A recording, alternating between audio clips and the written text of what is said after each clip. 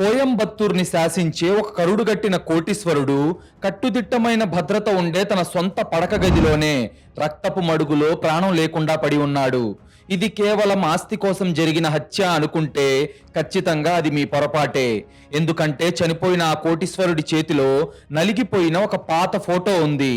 అది తమిళనాడులోని కోయంబత్తూర్ నగరం. చుట్టూ పచ్చటి కొండలు, ప్రశాంతమైన వాతావరణం. కానీ ఆ నగర శివార్లలో ఉన్న ఒక కోటీశ్వరుడి బంగ్లాలో మాత్రం ప్రశాంతత ఎప్పుడో చచ్చిపోయింది. ఒక మనిషి చేసిన గతం తాలూకా పాపం వర్తమానంలో అతని పడక గదిలోకి ఒక చావులాగా ఎలా ప్రవేశించిందో, పరువు అహంకారం అనే ముసుగులో ఒక మనిషి బతికుండగానే రోజు ఎలా చచ్చిపోతాడో చెప్పే ఒక అత్యంత భయంకరమైన క్రైమ్ స్టోరీ ఇది. కోయంబత్తూర్ నగరంలో వాన భీభత్సంగా పడుతుంది. ఉరుములు మెరుపులతో బయట ఎవరూ తిరగలేని పరిస్థితి ఉంది. సరిగ్గా అర్ధరాత్రి 2 గంటలకు ఆ చీకటిని, ఆ భయంకరమైన వాన శబ్దాన్ని చీల్చుకుంటూ ఒక తుపాకీ పేలిన శబ్దం. ఆ శబ్దం ఆ బంగ్లాలోని నిశ్శబ్దాన్ని బద్దలు కొట్టింది. అది కోయంబత్తూర్లోనే అత్యంత పవర్ఫుల్ రియల్ ఎస్టేట్ వ్యాపారి మరియు రాజకీయ పలుకుబడి ఉన్న జగదీష్ ఇల్లు. దాంతో 10 నిమిషాల్లోనే పోలీసుల జీపులు సైరన్లు వేసుకుంటూ ఆ బంగ్లాలోకి దూసుకొచ్చాయి. ఇన్స్పెక్టర్ వైభవ్ తన టీంతో ఇంట్లోకి పరిగెత్తుకుంటూ వెళ్లాడు. జగదీష్ సెక్యూరిటీ గార్డ్స్ అందరూ బయటే వణికిపోతూ నిలబడున్నారు. నేరుగా లోపలికి వెళ్లిన పోలీసులు జగదీష్ బెడ్రూమ్ తలుపులు బద్దలు కొట్టి చూసేసరికి ఒక భయంకరమైన దృశ్యం వాళ్ళ కళ్ళకు కనిపించింది. 55 ఏళ్ల జగదీష్ తన పడక కుర్చీలో రక్తపు మడుగులో ప్రాణం లేకుండా పడి ఉన్నాడు. వాడి గుండెల్లోకి ఒక బుల్లెట్ దూసుకుపోయి రక్తం నేల మీద పారుతుంది. అతని కళ్ళు భయంతో తెరిచే ఉన్నాయి. అతని చేతిలో ఒక పాత బ్లాక్ అండ్ వైట్ ఫోటో నలిగిపోయి గట్టిగా పట్టుకోనుంది. గదిలో ఒక మూలనేమో జగదీష్ రెండో భార్య అయిన నందిని భయంతో ముడుచుకొని వణికిపోతూ ఏడుస్తూ కూర్చొనుంది. ఆమె వయస్సు కేవలం 28 ఏళ్లు మాత్రమే. ఒక కోటీశ్వరుడిని, రాజకీయ పలుకుబడి ఉన్నవాడిని వాడి సొంత బెడ్రూమ్ లో చంపడం అంటే హంతకుడికి ఉన్నది మామూలు దమ్ము కాదు కదా. ఆ గదిలో నందిని పరిస్థితి చూస్తుంటే భయంగా ఉంది. కానీ ఆ ఫోటో, జగదీష్ చేతిలో ఉన్న ఆ పాత బ్లాక్ అండ్ వైట్ ఫోటోలో ఏముంది? ఈ హత్య కేవలం వ్యాపార శత్రుత్వంతో జరిగిందా, లేక పాత పగ ఏదైనా ఉందా? ఒక కోటీశ్వరుడి చావు వెనక ఉన్న ఆ చీకటి ఫ్లాష్ బ్యాక్ లోకి వెళ్లే ముందు మీరు గనుక ఇలాంటి క్రైమ్ స్టోరీస్ రోజు చూడాలి అనుకుంటే ఇప్పుడే ఈ వీడియోను లైక్ చేసి మన ఛానల్ను సబ్స్క్రైబ్ చేసుకోండి. మీరు చేసే చిన్న లైక్, ఒక సబ్స్క్రైబ్ మమ్మల్ని ఎంతో ఎంకరేజ్ చేసినట్టుగా ఉంటుంది. అలాగే మీరు ఈ వీడియోను ఎక్కడి నుండి చూస్తున్నారో ఇప్పటి వరకు కామెంట్ చేయకపోతే ప్లీజ్ కామెంట్ చేయండి. మా వీడియోలు ఎక్కడి దాకా రీచ్ అవుతున్నాయో తెలిస్తే మాకు చాలా బూస్టప్ ఇచ్చినట్టుంటుంది. ఇన్స్పెక్టర్ వైభవ్ ఆ గదిని అణువణువు గమనించాడు. జగదీష్ లాంటి ఒక కరుడుగట్టిన రియల్ ఎస్టేట్ మాఫియా డాన్ను వాడి సొంత బెడ్రూమ్ లోకి వచ్చి చంపేంత దమ్ము ఎవరికుంది? ఆ చుట్టుపక్కల ఎంక్వైరీ చేస్తే వాడి పేరు చెప్తేనే అందరూ భయపడతారు అని తెలిసింది. దాంతో వైభవ్ నందిని వైపు చూశాడు. ఆమె కళ్ళల్లో భర్త పోయాడు అన్న బాధ కంటే ఏదో తెలియని ఒక భయంకరమైన కంగారు, ఏదో తప్పు చేసినట్టు గిల్టు స్పష్టంగా కనిపిస్తున్నాయి. కానీ ఆమె గర్భవతి కావడంతో వైభవ్ ఆమెనంతగా పట్టించుకోలేదు.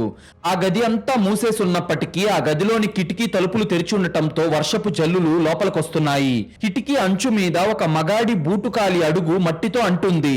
అంటే హంతకుడు ఈ గదిలోకే వచ్చాడు. జగదీష్ ను చంపి కిటికీలో నుంచి పారిపోయాడు. కానీ వాడెవడు? ఒక కోటీశ్వరుడిని అంత కిరాతకంగా చంపాల్సిన అవసరం ఎవరికొచ్చింది? అసలు జగదీష్ చేతిలో నలిగిపోయున్న ఆ ఫోటోలో ఏముంది? ఈ ప్రశ్నలకు సమాధానం కావాలంటే మనం సరిగ్గా 6 నెలల క్రితం ఇదే బంగ్లాలో మొదలైన ఒక నిశ్శబ్ద నరకంలోకి వెళ్ళాలి. ఇక్కడే ఈ కథలో వినే మన అందరి గుండెలు పిండేసే ఆ అద్భుతమైన ఫ్లాష్ బ్యాక్ మొదలవుతుంది. అది 6 నెలల క్రితం. జగదీష్ కోయంబత్తూర్లో ఒక సింహం లాంటివాడు. వాడు కన్నెత్తి చూస్తే ఎదురు మాట్లాడే ధైర్యం ఎవరికీ ఉండేది కాదు. అతని వయస్సు 55 ఏళ్లు. కోట్లకు పడగలెత్తిన వ్యాపారతను. కోయంబత్తూర్ చుట్టుపక్కల 100 ఎకరాల భూములు ఇప్పుడు వాడి గుప్పెట్లో ఉన్నాయి. మొదటి భార్య చనిపోయిందని చెప్పి నందిని అనే ఒక 28 ఏళ్ల మధ్యతరగతి అమ్మాయిని తన డబ్బుతో కొనుక్కున్నట్లుగా రెండో పెళ్లి చేసుకున్నాడు. నందినికి జగదీష్ అంటే ఏమాత్రం ఇష్టం లేదు. వాడి వయస్సు, వాడి మొరటుతనం ఆమెకు నచ్చవు. కానీ వాడి డబ్బు, ఆ లగ్జరీ జీవితం ఆమెను ఆకర్షించాయి. వాళ్ళిద్దరి మధ్య భార్యాభర్తల ప్రేమ ఏనాడూ లేదు. ఒక కాంప్రమైజ్ లాగా, ఒక డీల్ లాగా ఆ బంధం సాగుతుంది. నందిని ఆ బంగ్లాలో ఒక ఖరీదైన బానిస, అంతే. సరిగ్గా ఈ క్రమంలోనే నందిని జీవితంలోకి ఒక తుఫానులా వచ్చాడు సూర్య. 28 ఏళ్ల సూర్య చూడటానికి ఎంతో హ్యాండ్సమ్ గా, అట్రాక్టివ్ గా ఉంటాడు. జిమ్ బాడీతో ఎవరినైనా ఇట్టే మాటలతో పడేసే కుర్రాడు వాడు. ఒకరోజు షాపింగ్ మాల్లో నందినికి అనుకోకుండా పరిచయమైన సూర్య కొద్ది రోజుల్లోనే ఆమె మనసును పూర్తిగా తన గుప్పెట్లోకి తీసుకున్నాడు. ప్రేమకు దూరంగా ఒక ముసలివాడి పక్కన కాంప్రమైజ్ అవుతూ బతుకుతున్న నందిని సూర్య ప్రేమలో పిచ్చిదానిలా పడిపోయింది. వాడి స్పర్శ కోసం పరితపించేది. ఆ ప్రేమ ఎంతలా మారిందంటే ప్రాణభయాన్ని కూడా వదిలేసేంత స్థాయికి వెళ్ళింది. జగదీష్ బిజినెస్ పనుల మీద చెన్నై, మదురైకి వెళ్ళినప్పుడల్లా రాత్రిపూట సూర్య నేరుగా జగదీష్ బంగ్లాలోకి దర్జాగా వచ్చేవాడు. జగదీష్ లాంటి ఒక క్రూరమైన వ్యాపారి 3 సెక్యూరిటీ గార్డ్స్ ఉండే ఆ ఇంట్లోకి రావడానికి సూర్య అస్సలు భయపడేవాడే కాదు. నందిని కూడా సీసీటీవీ కెమెరాలు ఆఫ్ చేసి సెక్యూరిటీ గార్డులకి నిద్రమాత్రలు ఇచ్చి మరీ వాడిని తన పడక గదిలోకి తీసుకెళ్లేది. ఆ ఊరినే శాసించే జగదీష్ బెడ్రూమ్ లోనే అతని ఖరీదైన మంచం మీదే అతని భార్య నందినితో సూర్య ఏకాంతంగా గడిపేవాడు. ఒక సైలెంట్ డొమెస్టిక్ ఎఫైర్ ఆ 4 గోడల మధ్య ఎవరికీ తెలియకుండా సాగిపోతుంది. వాళ్ళ కామం ముందు జగదీష్ పరువు గాల్లో కలిసిపోయింది. కానీ జగదీష్ గద్దకాళ్లను ఎవరూ కూడా ఎన్నాళ్ళలో మోసం చేయలేరు కదా. ఎందుకంటే జగదీష్ అనేవాడు ఒక క్రిమినల్ మైండ్ సెట్ ఉన్నవాడు. ఒక రియల్ ఎస్టేట్ డాన్ కి అనుమానం వస్తే ఎలా ఉంటుందో ఒక్కసారి ఊహించండి. కానీ ఇక్కడ జగదీష్ అరిచి గొడవ చేయలేదు. సైలెంట్ గా అబ్జర్వ్ చేయడం అనేది అతనికున్న ఒక పక్కా సైకో మైండ్ సెట్ ని మనకు చూపిస్తుంది. ఒక చిన్న ఖర్చీఫ్ అతని ఈగోని ఎలా హట్ చేసిందో, అతని ప్లాన్ ఎంత కిరాతకంగా ఉండబోతుందో మనకిప్పుడు తెలియబోతుంది. ఒక రోజు ఉదయం జగదీష్ తన బాత్రూమ్ లో షేవింగ్ చేసుకుంటూ ఉండగా వాష్ బేసిన్ పక్కన ఒక మగాళ్ళ పర్ఫ్యూమ్ వాసన వస్తున్న ఒక చిన్న ఖర్చీఫ్ ను గమనించాడు. అది తను వాడే బ్రాండ్ పర్ఫ్యూమ్ కాదు. తను అసలు ఆ పర్ఫ్యూమ్ నే వాడడు. తన ఇంట్లోకి, తన బెడ్రూమ్ లోకి వేరొక మగాడి వాసన ఎలా వచ్చింది అని వాడి మెదడులో ఒక అనుమానం పాములా బుసగొట్టింది. దాంతో జగదీష్ నందిని ప్రవర్తనను సైలెంట్ గా అబ్జర్వ్ చేయడం మొదలుపెట్టాడు. కొంతకాలానికే ఫోన్లలో నందిని ఎవరితోనో దొంగతనంగా నవ్వుతూ మాట్లాడుతుందని జగదీష్ కు అర్థమైపోయి వాడి ఈగో హట్ అయ్యింది. ఒక రోజు ఉదయాన్నే, నందిని, నేను ఒక వారం రోజుల పాటు రిజిస్ట్రేషన్ పనుల మీద చెన్నైకి వెళ్తున్నాను. ఇంటికి రావడం కొంచెం లేట్ అవ్వచ్చు. నువ్వు జాగ్రత్తగా ఉండు అని చెప్పి తన కారులో జగదీష్ బయలుదేరాడు. అంతే, నందిని ఆనందంతో ఉబ్బి తబ్బిబ్బవుతూ వెంటనే తన సీక్రెట్ ఫోన్ తీసుకొని సూర్యకు ఫోన్ చేసి, ఆ ముసలోడు ఊరికెళ్ళిపోయాడు సూర్య, నువ్వు త్వరగా ఇంటికొచ్చేయి, వారం రోజుల పాటు ఇల్లు మనదే అని ఎంతో ఆనందంగా చెప్పింది. అప్పుడు సమయం అర్ధరాత్రి 1 గంట అవుతుంది. సూర్య జగదీష్ బంగ్లా వెనక గోడ దూకి నందిని తన కోసం ఎదురు చూస్తున్న వాళ్ళ బెడ్రూమ్ లోకి అడుగు పెట్టాడు. కానీ నందిని, సూర్య ఇద్దరికి తెలియని ఒక భయంకరమైన నిజమేంటంటే జగదీష్ చెన్నైకి వెళ్ళలేదు. తన కారును సిటీ బయట ఆపేసి ఒక క్యాబ్ లో ఎవరికీ తెలియకుండా సైలెంట్ గా తిరిగి తన ఇంటికే వచ్చాడు. తన ఇంట్లో అసలు ఏం జరుగుతుందో, ఆ కర్చీఫ్ వెనక ఉన్న మగాడు ఎవడో కల్లారా చూడాలని చీకట్లో బంగ్లా వెనక ఉన్న గార్డెన్ లో జగదీష్ ఒక చెట్టు చాటున గోడ మీద నిలబడి దాక్కోనున్నాడు. వాడి చేతిలో ఒక లోడెడ్ గన్ను కూడా ఉంది. జగదీష్ కళ్ళెదురుగా పై అంతస్తులో ఉన్న వాడి బెడ్రూమ్ కిటికీ సగం తెరుచుంది. ఆ కిటికీలో నుండి లోపల జరుగుతున్న ఆ దృశ్యం చూసి జగదీష్ కు గుండె ఆగిపోయినంత పనయ్యింది. వాడి నరాల్లో రక్తం సలసలా మరిగిపోయింది. తన పడక గదిలో తన మంచం మీద తన భార్య నందిని ఎవడో ఒక కుర్రాడితో బట్టలు లేకుండా అత్యంత అసహ్యంగా పచ్చిగా రొమాన్స్ లో మునిగిపోయింది. ఆ మంచం మీద వాళ్ళ నవ్వులు వాడికి స్పష్టంగా వినిపిస్తున్నాయి. అదంతా చూస్తూ వాళ్ళ మాటలు, వాళ్ళు చేస్తున్న శబ్దాలు వింటూ వాడి అహంకారం, మగతనం ఒక్కసారిగా ముక్కలు ముక్కలైపోయాయి. ఒక కోటీశ్వరుడి పరువు బజారున పడింది. దాంతో జేబులో ఉన్న తుపాకీ తీసి అప్పుడే ఇద్దరిని కాల్చి చంపాలని ఆవేశంగా పైకి మెట్లెక్కబోయాడు. కానీ వాడి మాస్టర్ మైండ్ వాడిని ఆపేసింది. వాళ్ళిద్దరిని నా ఇంట్లో, నా బెడ్రూమ్ లో చంపితే నా పరువు బజారున పడుతుంది. నా భార్య పక్కలో ఎవడో పడుకున్నాడు అని కోయంబత్తూరు మొత్తం నన్ను చూసి నవ్వుతుంది. నా పరువు పోతుంది. వీడిని ఇక్కడ కాదు, సైలెంట్ గా బయట లేపేయాలి. వీడిని లేపేసిన తర్వాత ఏదో రకంగా నా భార్యను కూడా లేపేయాలి. వీళ్ళిద్దరూ అణువు నరకం అనుభవిస్తూ చావాలి అని తన పగని, కోపాన్ని బిగబట్టి అక్కడి నుండి ఎవరికీ కనిపించకుండా సైలెంట్ గా తిరిగి బయటకు వెళ్లిపోయాడు జగదీష్. మరుసటి రోజు మధ్యాహ్నం సూర్య ఎప్పుడు వెళ్లే జిమ్ ఓనర్ కు డబ్బులిచ్చి వాడు స్టీమ్ బాత్ లో ఉన్నప్పుడు ఎవరికీ తెలియకుండా మత్తుమందిచ్చి సర్వీస్ లిఫ్ట్ ద్వారా సీక్రెట్ గా వ్యాన్ లోకి ఎక్కిచ్చారు జగదీష్ మనుషులు. ఇది ఒక పక్కా ప్రొఫెషనల్ కిడ్నాప్. సూర్య కళ్ళు తెరిచేసరికి వాడు ఊరి శివార్లలో ఉన్న ఒక పాడుబడిన పాత ఫ్యాక్టరీలో కుర్చీకి కట్టేయబడున్నాడు. వాడి తల నుండి రక్తం కారుతుంది. ఆ గోడౌన్లోని వాతావరణం అంతా చీకటిగా భయంకరంగా ఉంది. జగదీష్ ఆ ఫ్యాక్టరీకి సూర్యను తీసుకురాగానే వీణ్ణి నా చేతులతో నేనే చంపాలి, మీరంతా ఇక్కడ నుండి వెళ్ళిపోండి అని తన రౌడీలను అక్కడి నుండి పంపించేశాడు. వాడికి ఎదురుగా చేతిలో లోడ్ చేసిన తుపాకీ పట్టుకొని జగదీష్ ఒక సింహంలా నిలబడున్నాడు. వాడి కళ్ళల్లో ఒక పచ్చి కోపం కట్టలు దించుకుంటుంది. అప్పుడు జగదీష్ నెమ్మదిగా నడుచుకుంటూ వచ్చి సూర్య జుట్టు పట్టుకొని పైకి లాగి, రేయ్ నా భార్యతోనే పడుకుంటావారా? ఎవడ్రా నువ్వసలు? నీకెంత దమ్ముంటే నా ఇంట్లోకే నా బెడ్రూమ్లోకే వచ్చి నా భార్య పక్కలో పడుకుంటావారా కుక్క? నిన్ను ఇక్కడే ముక్కలు ముక్కలుగా నరికేసి కుక్కలకు వేస్తాన్రా అని అరుస్తూ వాడి చేతిలో ఉన్న తుపాకీని సూర్య తలకు గురిపెట్టి, చావురా నా కొడక అని అరిచాడు జగదీష్. కానీ తన తలకి తుపాకీ గురిపెట్టినప్పటికీ సూర్య ముఖంలో కనీసం 1% కూడా భయం లేదు, వణుకు లేదు. కళ్ళల్లో చావు భయం అయితే అస్సలే లేదు. దానికి బదులుగా సూర్య పెద్దగా పైశాచికంగా పగలబడి నవ్వడం మొదలుపెట్టాడు.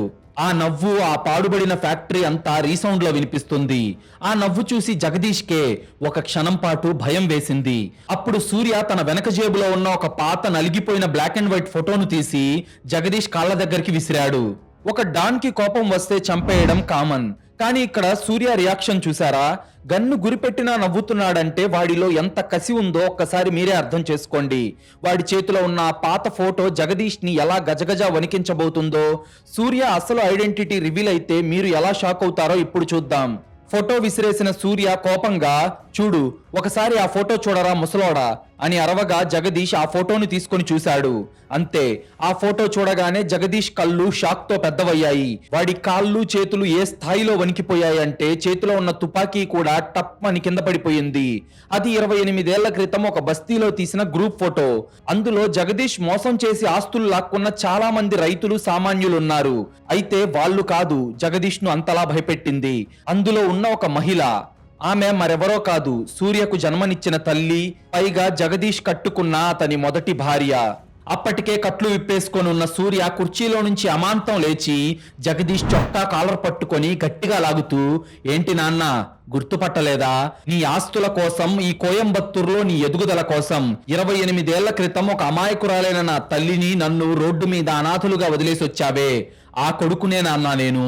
నువ్వు వదిలేసిన నీ రక్తాన్నేరా నేను అని గట్టిగా అరిచాడు సూర్య. అది విని జగదీష్ కు ఊపిరి ఆడలేదు. తన మొదటి భార్య చనిపోయిందని అందరికీ వాడు అబద్ధం చెప్పాడు. కానీ నిజానికి ఆమెను మోసం చేసి రోడ్డు మీద వదిలేసి వచ్చాడు ఈ కిరాతకుడైన జగదీష్. ఆమె ఏడుపు వాడికి పట్టలేదు. ఇప్పుడు తనకు తన మొదటి భార్యతో పుట్టిన కొడుకే తన రెండో భార్యతో పడుకున్నాడా అనే విషయం తలుచుకుంటేనే జగదీష్ కు పిచ్చెక్కిపోతుంది. సూర్య పగతో రగిలిపోతూ, నన్ను చంపేస్తావా? చంపేస్తావా? నన్ను చంపే అయితే, కానీ దానికి ముందు ఒక భయంకరమైన నిజం తెలుసుకోనా అన్న. నీ భార్య నందిని ఉంది కదా, అదే నీ రెండో భార్య నందిని ఉంది కదా, అది ఇప్పుడు 2 నెలల గర్భవతి. దాని కడుపులో పెరుగుతున్నది నా రక్తం నాన్న. వాడు నీ మనవడు.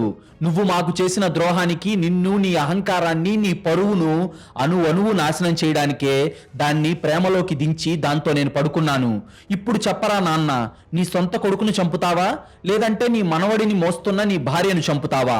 చంపితే ఈ సమాజానికి ఏం సమాధానం చెప్తావురా అని జగదీష్ ను సైకలాజికల్ గా సూర్య లాక్ చేసేశాడు. అదంతా వింటూ ఉన్న జగదీష్ కి మైండ్ బ్లాక్ అయిపోయింది. వాడి చేతులు వణికిపోతున్నాయి. కళ్ళ ముందు ఒక సైకలాజికల్ నరకం ఇప్పుడు వాడికి కనిపిస్తుంది. సొంత కొడుకే తన భార్యను గర్భవతిని చేశాడా? పరువు కోసం బతికే తనకు ఇంతకంటే ఘోరమైన మరణం ఇంకొకటి ఉంటుందా? తర్వాత ఆ ఫ్యాక్టరీలో ఏం జరిగింది? తండ్రి కొడుకుల మధ్య ఆ మైండ్ గేమ్ ఎలా కొనసాగింది? ఆ ఫ్యాక్టరీ నుండి ప్రాణాలతో బయటకు వచ్చింది ఎవరు? ఎందుకంటే కథ మొదట్లో మనం చూసాం కదా, జగదీష్ తన బెడ్రూమ్ లో బుల్లెట్ దిగి చచ్చిపోయాడు.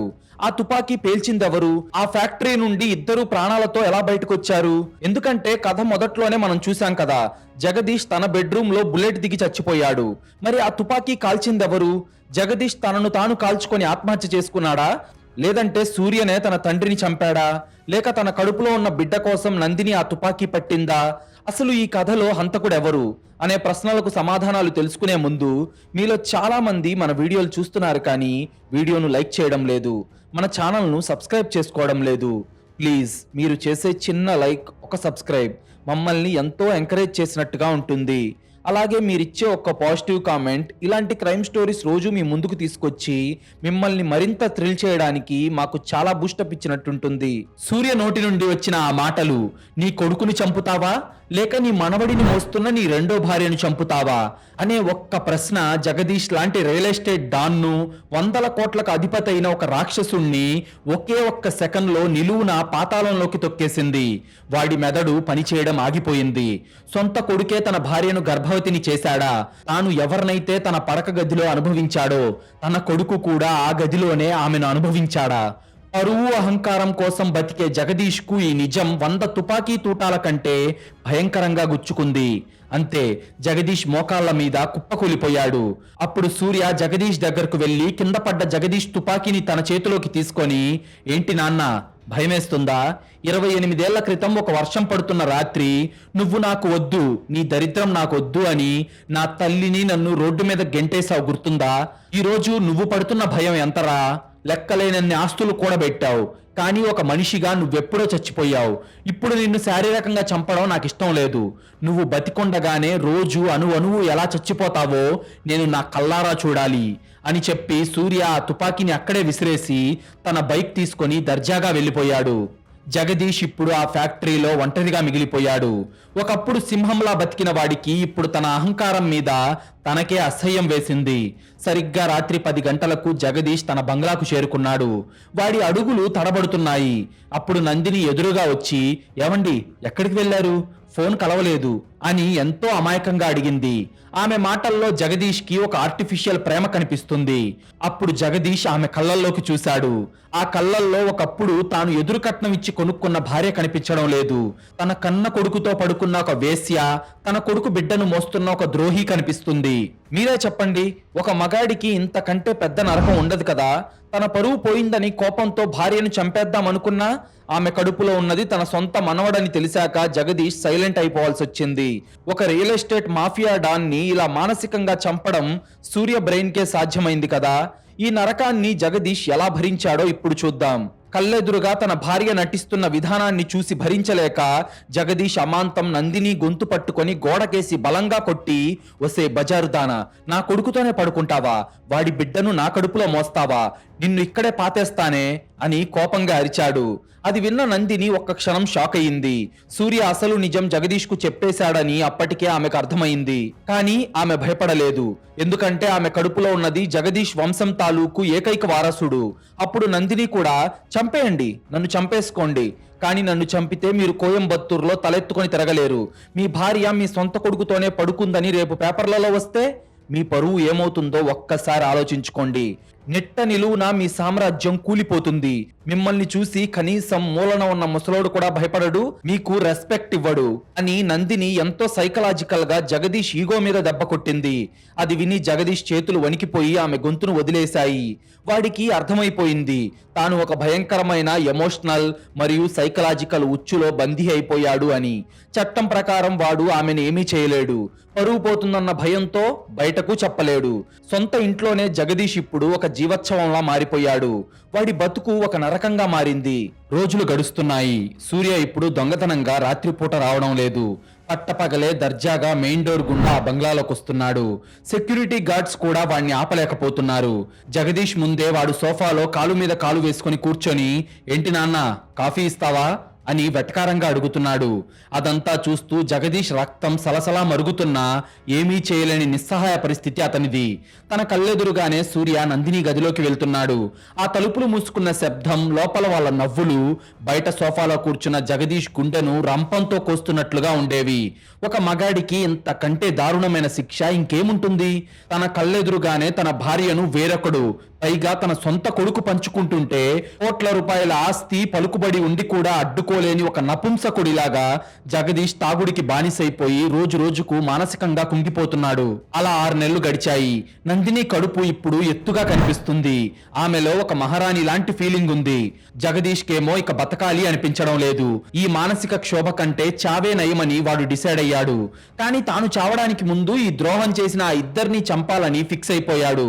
వాళ్లను బతకనివ్వ ఇవ్వకూడదు అని వర్షం బీభత్సంగా పడుతున్న ఆ రాత్రి జగదీష్ తన బీరువాలో ఉన్న లోడెడ్ తుపాకీని తీసుకున్నాడు.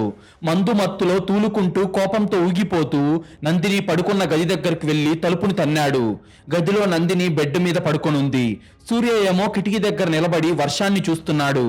జగదీష్ తుపాకీని సూర్య వైపు గురిపెట్టి, ఈ రోజుతో ఈ నరకం ముగిసిపోతుందిరా, మిమ్మల్ని చంపి నేను కూడా చచ్చిపోతాను, నా పరువుని బజారున పడేసిన మీ ఇద్దరిని ఇక వదలాలి అనుకోవట్లేదు అని అరుస్తున్న జగదీష్ కళ్ళల్లో ఒక ఉన్మాదం కనిపిస్తుంది.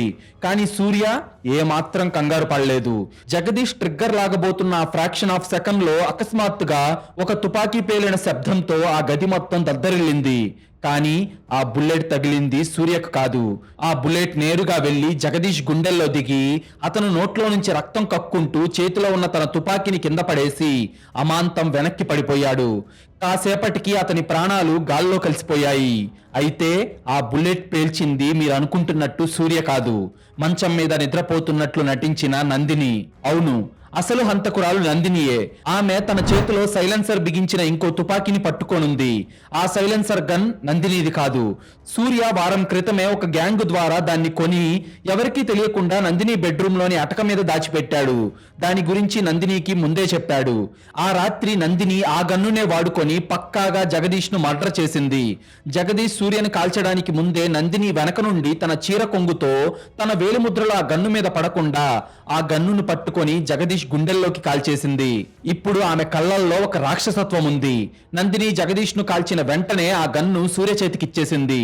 అప్పుడు సూర్య తన దగ్గర ఉన్న కర్చీఫ్ తో ఆ గన్నుని బాగా తుడిచి తన జేబులో పెట్టుకున్నాడు. వెంటనే వెళ్లి కిటికీని తెరిచాడు. తన బూటి కాలికి ఉన్న మట్టిని కిటికీ అంచు మీద గట్టిగా రాశాడు. ఎందుకంటే ఎవరైనా బయట నుంచి వచ్చారు అని నమ్మించడానికి. ఆ తర్వాత బస్తీ జనాలతో తన తల్లి దిగిన పాత ఫోటోను జగదీష్ చేతిలో పెట్టి, నందిని ఇక అంతా నీ ఇష్టం, ఇది ఇక నీ సామ్రాజ్యం, జాగ్రత్తగా ఉండు అని సైలెంట్ గా వెనక తలుపు గుండా వానలో నందిని కాల్చిన గన్ను తీసుకొని బయటకు పారిపోయాడు. నందిని అప్పుడే భయంతో గుండెలు బాదుకుంటూ కాపాడండి కాపాడండి అని గట్టిగా కేకలు వేసింది. కాసేపటికి పోలీసుల జీపులొచ్చాయి. కథ ఇప్పుడు ప్రస్తుతంలోకి వచ్చింది. పోలీస్ ఇన్స్పెక్టర్ వైభవ్ ఎంక్వైరీ మొదలుపెట్టి గదంతా పరిశీలిస్తున్నాడు. అప్పుడు నందిని భోరున ఏడుస్తూ, సార్, రాత్రి ఎవరో కిటికీలో నుంచి లోపలికొచ్చారు సార్, నేను భయంతో ఒక మూలన దాక్కున్నాను. ఆ వచ్చిన వాడు నా భర్తను కాల్చి పారిపోయాడు సార్, నా భర్తకు చాలా మంది వ్యాపార శత్రువులు ఉన్నారు అని ఏడుస్తూ ఆస్కార్ రేంజ్ లో యాక్టింగ్ చేసింది. ఆమె ఏడుపు చూసి పోలీసులు కూడా అదంతా నిజమే అనుకున్నారు. కిటికీ మీద ఉన్న మట్టి అడుగులు చూసి పోలీసులకు కూడా ఎవరో కిరాయి హంతకుడు బయట నుండి వచ్చాడన్న అనుమానం బలపడిపోయింది. దాంతో పోలీసులు దర్యాప్తును ముమ్మరం చేశారు. జగదీష్ హత్య జరిగిన వారం రోజులకు పోలీస్ స్టేషన్ కు ఎంతో బాధగా ముఖం పెట్టి ఒక వ్యక్తి వచ్చాడు. వాడే సూర్య. వాడు స్టేషన్కి ఏమీ వట్టి చేతులతో రాలేదు. తన తల్లిదండ్రులు అనగా జగదీష్, అతని మొదటి భార్య పెళ్లి రిజిస్ట్రేషన్ సర్టిఫికేట్ మరియు వాళ్ళ పాత బంధువుల అఫిడవిట్లను కోర్టులో సబ్మిట్ చేశాడు. జగదీష్ డిఎన్ఏ ప్రొఫైల్ తో సూర్య డిఎన్ఏను మ్యాచ్ చేసి అతనే లీగల్ కొడుకు అని కోర్టు కూడా నిర్ధారించింది. దాన్ని వైభవ్కిచ్చి, ఇన్స్పెక్టర్ గారు, చనిపోయిన జగదీష్ గారు నన్ను కన్న తండ్రి, ఆయన ఆస్తిలో నాకు చట్టబద్ధంగా వాటా రావాలి. ఆయన చనిపోయారనే వార్త తెలిసి నేను ఇక్కడికి వచ్చాను. ప్లీజ్ నాకు న్యాయం చేయండి. ఇదిగోండి నేను ఆయన కొడుకు అని నిరూపించే అన్ని ఆధారాలు అని ఒక అమాయకుడిలా స్టేట్మెంట్ ఇచ్చాడు. అది విని ఇన్స్పెక్టర్ వైభవ్ సైతం షాక్ అయిపోయాడు. సూర్య దగ్గర డిఎన్ఏ రిపోర్ట్స్ అన్ని పక్కాగా ఉన్నాయి. వాడు జగదీష్ మొదటి భార్య కొడుకే అని కోర్టు కూడా కన్ఫర్మ్ చేసింది. అంటే వాడికి ఆస్తి మీద హక్కు ఉంది. చనిపోయే నాటికి జగదీష్ కు వేరే వారసులు ఎవరూ లేరు. నందిని కడుపుతో ఉన్నప్పటికీ ఇంకా బిడ్డ పుట్టలేదు కాబట్టి జగదీష్ ఆస్తికి ఇప్పుడు ఇద్దరే వారసులు. ఒకటేమో రెండో భార్య నందిని, ఇంకొకరేమో మొదటి భార్య కొడుకు సూర్య. ఈ ఇద్దరు జగదీష్ 100 కోట్ల ఆస్తికి వారసులుగా చట్టం దృష్టిలో నిలబడ్డారు. పోలీసుల ఇన్వెస్టిగేషన్ కూడా ఎటూ తేలక హంతకుడు కూడా దొరక్కపోవడంతో ఆ మర్డర్ కేసును ఒక అన్సాల్వ్డ్ మిస్టరీగానే పక్కన పెట్టేశారు. సమాజం దృష్టిలో నందిని ఒక భర్తను కోల్పోయిన గర్భవతి, సూర్య తండ్రిని కోల్పోయిన వారసుడు. అంతా వాళ్ళు అనుకున్నట్టే పక్కాగా జరిగిపోయింది. ఒక మర్డర్ ని ప్లాన్ చేసి పోలీసుల నుంచి తప్పించుకోవడం వరకు వీళ్ళిద్దరూ సక్సెస్ అయ్యారు. సూర్య తన పగ తీర్చుకున్నాడు అని మనమంతా అనుకుంటున్నాం కదా, కానీ అసలు ఈ కథలో వాస్తవం ఏంటో ఇప్పుడు చూద్దాం. జగదీష్ చనిపోయిన నెల రోజుల తర్వాత 100 కోట్ల బంగ్లాలో ఇప్పుడు నందిని, సూర్య ఇద్దరే ఉన్నారు.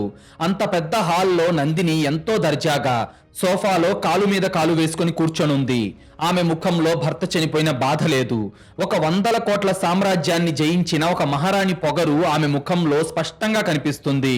అప్పుడు సూర్య నవ్వుకుంటూ వచ్చి ఆమె పక్కన కూర్చొని ఆమె నుదుటి మీద ముద్దు పెట్టి, కంగ్రాట్స్ నందిని, ఇక ఈ 100 కోట్ల ఆస్తి మనదే. ఆ ముసలోడి అహంకారాన్ని బతికుండగానే చంపేశాను. వాడి ప్రాణాలనేమో నువ్వు తీశావు. మనది పర్ఫెక్ట్ ప్లాన్. మనకిక ఈ భూమి మీద అడ్డే లేదు అన్నాడు సూర్య. అది విని నందిని ఒక పైశాచికమైన నవ్వు నవ్వి వాణ్ణి వాటేసుకుంది. ఆమె కళ్ళల్లో మనది కాదురా గొర్రె, నాది పర్ఫెక్ట్ ప్లాన్ అనే ఎక్స్ప్రెషన్ స్పష్టంగా కనిపిస్తుంది. అయితే ఇప్పుడు మనకి నందిని కళ్ళల్లో ఉన్న ఆ ఎక్స్ప్రెషన్ వెనక ఉన్న అసలైన స్టోరీ తెలియబోతుంది. అది వింటే మీ మైండ్ బ్లాక్ అయిపోవడం ఖాయం. నిజానికి నందిని ఏం అమాయకురాలు కాదు.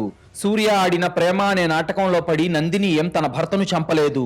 సూర్య తండ్రి మీద పగతో రగిలిపోతుంటే నందిని వాడి పగను వాడుకుంది అంతే. నేను వాడికి వలవేసి పెళ్లి చేసుకుంటాను, నువ్వు సైలెంట్ గా ఉండు, నేను ఆస్తి మొత్తం నీ పేరు మీదకు తెస్తాను అని సూర్యకు అసలు ఆ ప్లాన్ ఇచ్చిందే నందిని. నిజానికి నందిని సూర్య ఇద్దరు ముందు నుండే ప్రేమించుకుంటున్నారు. అవును, వాళ్ళిద్దరూ కాలేజీ రోజుల నుండే లవర్స్. వాళ్ళిద్దరిది ఒకటే ప్లాన్. సూర్య తన తండ్రి మీద పగతో రగిలిపోతుంటే నందిని మాత్రం ఒక మిడిల్ క్లాస్ అమ్మాయిగా ఆ పగను తన ఆశకు వాడుకోవాలని స్కెచ్ చేసింది. సూర్య, నువ్వు డైరెక్ట్ గా వెళ్లి వాడిని కొడితే నీకు చిల్లి గవ్వరాదు. నేను వాడికి వలవేసి వాడి కంట్లో పడి వాడిని రెండో పెళ్లి చేసుకుంటాను.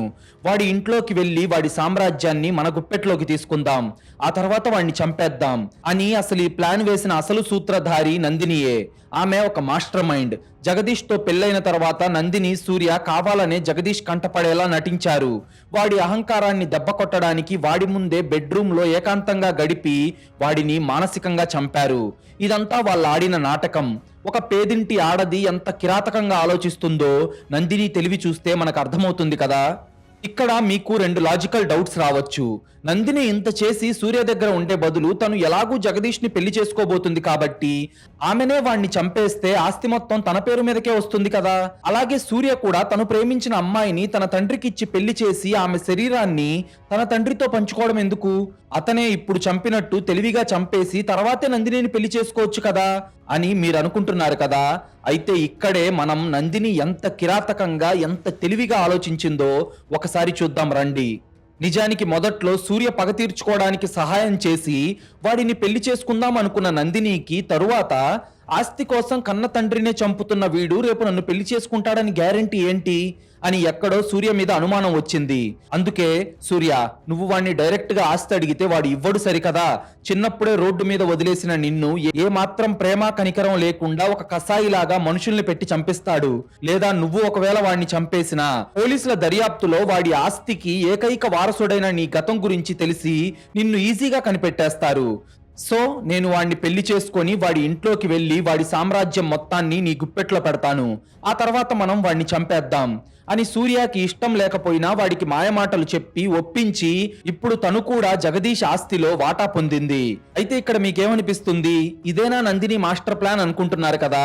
లేదు లేదు, అసలు ప్లాన్ ఆమె జగదీష్ ఇంట్లోకి అతని భార్యగా అడుగు పెట్టిన తర్వాతే మొదలయ్యింది. నందిని జగదీష్ ను పెళ్లి చేసుకుని ఆ ఇంట్లోకి అడుగు పెట్టిన కొన్ని రోజులకే ఆమె కళ్ళకి జగదీష్ లాకర్ లో ఉన్న ఒక పచ్చి నిజం కనిపించింది. అదేంటంటే జగదీష్ కి పిల్లలు పుట్టే అవకాశం లేదు, ఎందుకంటే అతనికి క్యాన్సర్ ఉంది. అయితే ఆ విషయం కోయంబత్తూరులోని జగదీష్ ఫ్యామిలీ డాక్టర్లు ఎవరికీ తెలియదు. అతను 5 ఏళ్ల క్రితం సింగపూర్ కి వెళ్ళినప్పుడు అతనికి ఈ వ్యాధి గురించి తెలిసింది. అయితే సొంత ఊరిలో ఈ విషయం ఎవరికైనా తెలిస్తే తన పరువు పోతుందని సింగపూర్ కి వెళ్లి సీక్రెట్ గా కీమోథెరపీ చేయించుకునేవాడు. ఆ మెడికల్ ఫైల్స్ అన్ని వాడు తన పర్సనల్ లాకర్ లోనే పెట్టుకునేవాడు. అయితే అది బెడ్రూమ్ లో ఉండటం వల్ల వాడు దాని పాస్వర్డ్ కొట్టి తెరిచేటప్పుడు నందిని ఆ పాస్వర్డ్ ను గమనించేది. అలా ఒక రోజు వాడు ఇంట్లో లేనప్పుడు ఆ లాకర్ ఓపెన్ చేసిన ఆమెకు ఆ పచ్చి నిజం తెలిసింది. కానీ ఇక్కడ నందిని ఎంత తెలివిగా ఆలోచించిందో తెలిస్తే మనకు కూడా దిమ్మ తిరిగిపోతుంది. ఆమె జగదీష్ ఆరోగ్య పరిస్థితి గురించి సూర్యకు చెప్పలేదు. ఎందుకంటే వాడికి ఈ విషయం తెలిస్తే రేపో మాపో మా నాన్న ఎలాగూ చనిపోతాడు అని మర్డర్ చేయడానికి ఒప్పుకోడు. పైగా దీన్ని అనవసరంగా మా నాన్నకు భార్యం చేశాను, ఇప్పుడు దీనికి కూడా వాటా ఇవ్వాల్సి వస్తుంది అని వాడి తండ్రికి నేను వేసిన ప్లాన్ గురించి చెప్పి నన్ను బయటకు గెంటేసేలా చేస్తాడు. లేదంటే నన్ను చంపి చంపేసి ఈ మొత్తం ఆస్తికి వాడొక్కడే వారసుడవుతాడు అని ఆమె అనుకుంది. అందుకే వాడికి ఈ విషయం తెలియకుండా ఏమాత్రం ఆలస్యం చేయకుండా కొన్ని రోజులకే వాడితో ఏకాంతంగా గడపడం మొదలుపెట్టి గర్భవతయింది. ఏ ఆడదైనా అమ్మ అని పిలిపించుకోవాలి అనే ఆశతో గర్భవతవుతారు. కానీ నందిని మాత్రం సూర్య మీద అనుమానంతో ముందు జాగ్రత్తగా జగదీష్ ఆస్తిలో తనకు కూడా వాటా దక్కాలి అని తల్లయింది. ఇప్పుడు సూర్య కూడా ఆమెను బయట గెంటేయలేడు. ఎందుకంటే ఆస్తిలో సగం వాటా జగదీష్ భార్యగా ఆమె పేరు మీద కూడా లీగల్ గా ఉంది కాబట్టి. ఒకవేళ సూర్య ఎప్పుడైనా అడ్డం తిరిగితే ఎలాగూ జగదీష్ ఆస్తి సగం తన పేరు మీద ఉంది కాబట్టి తన కన్న బిడ్డకు తండ్రి సూర్యనే అని వాడి పేరు మీద ఉన్న సగం ఆస్తిని కూడా లాక్కోవడమే నందిని అసలు మాస్టర్ ప్లాన్. కానీ నందిని ఇంత తెలివిగా ఆలోచించినట్టు ఏమాత్రం అనుమానం రాని సూర్య బయట ప్రపంచానికి మాత్రం మగతోడు లేని జగదీష్ రెండవ భార్యకి, జగదీష్ కొడుకుగా పిలువబడుతున్న పిల్లాడికి అండగా ఉంటూ ఇంట్లో మాత్రం తన నందినికి భర్తగా, తన కొడుక్కి తండ్రిగా ఉంటున్నాడు. కేవలం పేదరికం మీద అసహ్యం, ఆస్తుల మీద వ్యామోహం, ప్రియుడి మీద అనుమానంతో ఒక ఆడది ఎంత తెలివిగా ఆలోచించిందో చూసారా? ఆమె వేసుకున్న ప్లాన్ బి, ప్లాన్ సి బయట పెట్టే అవకాశం రాకుండా సూర్య ఆమెను బాగా చూసుకుంటున్నాడు. కానీ ఏ రోజైనా సూర్య పిచ్చి వేషాలు వేశాడంటే ఆ రోజు నందిని తన ప్లాన్ బయట పెడుతుంది, సూర్యకు గుండె ఆగిపోతుంది. మీకు గనుక ఈ క్రైమ్ స్టోరీ నచ్చినట్లయితే ఇప్పుడే ఈ వీడియోను లైక్ చేసి మన ఛానల్ను సబ్స్క్రైబ్ చేసుకోండి. మీరు చేసే చిన్న లైక్, ఒక సబ్స్క్రైబ్ మమ్మల్ని ఎంతో ఎంకరేజ్ చేసినట్టుగా ఉంటుంది. అలాగే మీరిచ్చే ఒక పాజిటివ్ కామెంట్ ఇలాంటి క్రైమ్ స్టోరీస్ రోజు మీ ముందుకు తీసుకురావడానికి మాకు చాలా బూస్టప్ ఇచ్చినట్టు ఉంటుంది.